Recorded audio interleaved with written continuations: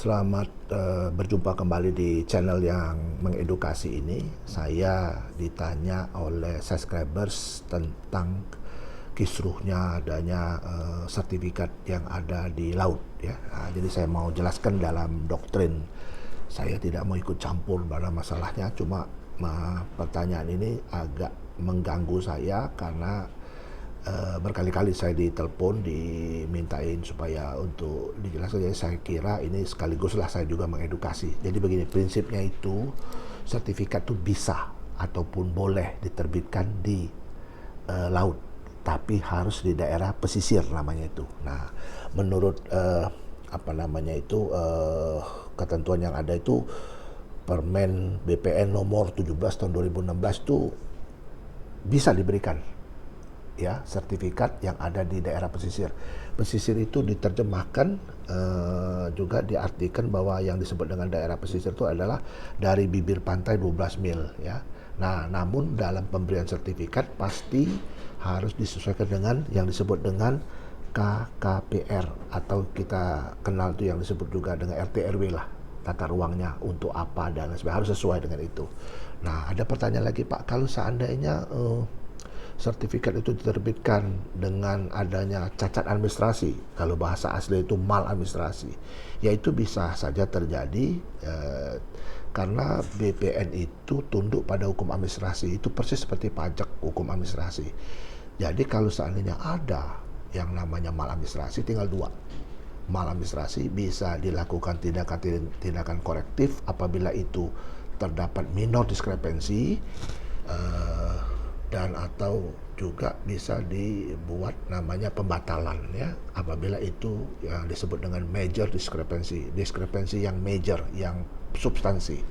Nah, namun harus diingat sertifikat itu sesuai dengan ketentuannya ya, PP 24 tahun 97 itu dikatakan bahwa sertifikat itu tidak bisa dibatalkan oleh Badan Pertanahan Nasional ya, ingat itu, setelah berusia 5 tahun. Artinya selama 5 tahun tidak ada gugatan, tidak ada komplain, tidak ada apa tuh, sertifikat itu sudah istilahnya itu kalau dalam putus itu intra van huisde, tidak bisa diganggu gugat lagi seperti itu. Namun ketika itu diadakan penyelidikan itu ada cacat administrasi ya, memang pada prinsipnya tidak bisa dilakukan, itu hanya bisa dilakukan dengan tata usaha. Nah, tata usahanya ada jangka waktunya itu sangat limitatif, sangat terbatas, sehingga agak kesulitan untuk menerobos aturan baku tersebut. Namun dalam prakteknya biasanya pihak-pihak yang dirugikan itu melakukan gugatan di pengadilan, gugatan yang disebut dengan sengketa hak ya. Di dalam prosesnya di pengadilan negeri itu, nanti seketika pengadilan negeri telah memutuskan siapa yang berhak di situ, baru nanti minta pembatalannya ke yang disebut dengan Badan Pertanahan Nasional tadi. Nah, ini yang menjadi masalah adalah ditanyakan juga ke saya itu adalah mengenai pagar laut itu, pagar-pagar itu. Kalau pagar-pagar itu urusan lain itu ya. Pagar-pagar itu tidak ada kaitannya dengan aturan hukum seperti ini. Namun kan dalam praktek kalau orang sudah merasa dia memiliki tanahnya, dia memiliki sertifikatnya, dia memiliki penguasaan atas hak atas tanah atau laut tadi di daerah pesisir tadi, wajar-wajar saja membuat namanya pagar dan lain sebagainya tadi, wajar-wajar saja. Itu tidak ada kaitannya dengan apa yang saya mau jelaskan ini ya. Nah, sehingga ketika itu dipermasalahkan, menurut saya harus dilihat dulu ya, terbitnya sertifikat itu bagaimana, prosesnya bagaimana, RT/RW-nya bagaimana, sehingga tidak dengan serta-merta BPN itu bisa membatalkan itu ya.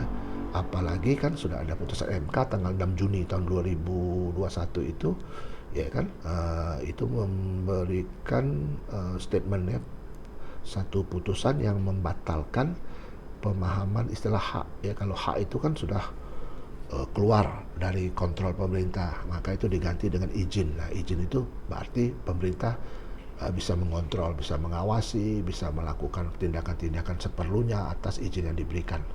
Itu yang kurang lebih yang mau saya sampaikan ya kepada subscribers yang bertanya khususnya. Mudah-mudahan ini menambahkan wawasan kita semua supaya kita ini berkepastian, ya, bermanfaat hukum kita ini, dan juga berkeadilan. Keadilan itu bukan keadilan hanya keadilan formil ataupun keadilan material, tapi juga harus berkeadilan secara prosedural. Terima kasih, tetap semangat dan sukses.